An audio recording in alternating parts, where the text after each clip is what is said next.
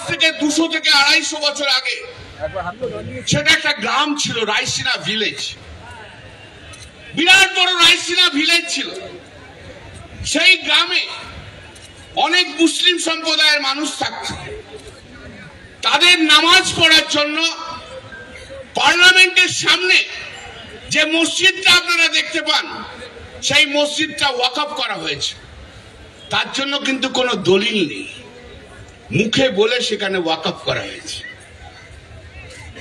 ওয়াকফ property.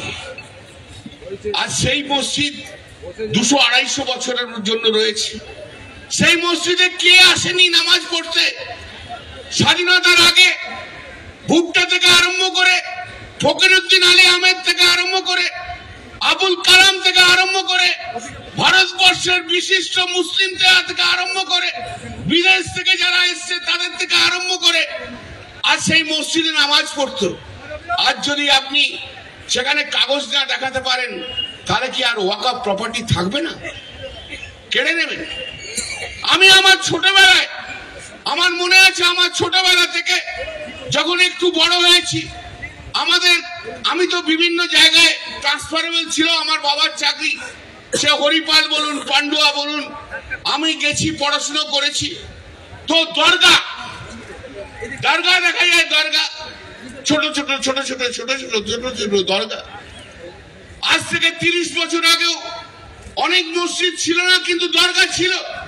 সেই দরগাতে সন্ধ্যেবেলায় যখন মা ঠাকুর ঘরে প্রদীপ জ্বালাতো, আর আমার ঠাকুমা বলতো, যা একটা মোমবাতি দরগায় যে পীর বাবার জন্য দিয়ায়, ওনার কাছেও প্রার্থনা চাইতে হয়, সেই দরগার সম্পত্তি।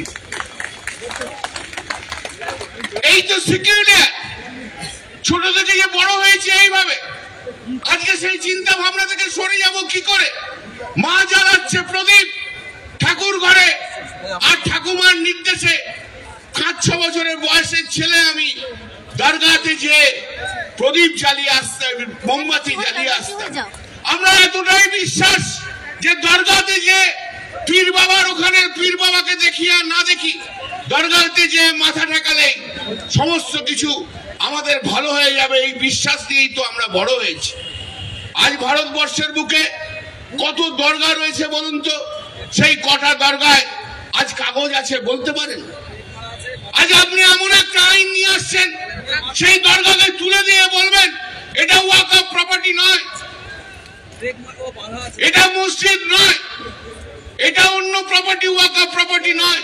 হতে পারে কখনো 100 বছর 100 বছর ধরে যে সমস্ত প্রপার্টি ওয়াকফ প্রপার্টি হিসেবে আজকে গণিত হয়ে এসছে, আমরা জানি যেখানে এখানে মসজিদ আছে, এখানে দরগা আছে, এখানে মুসলিম ইনস্টিটিউট আছে, এখানে মুসলিম হসপিটাল রয়েছে।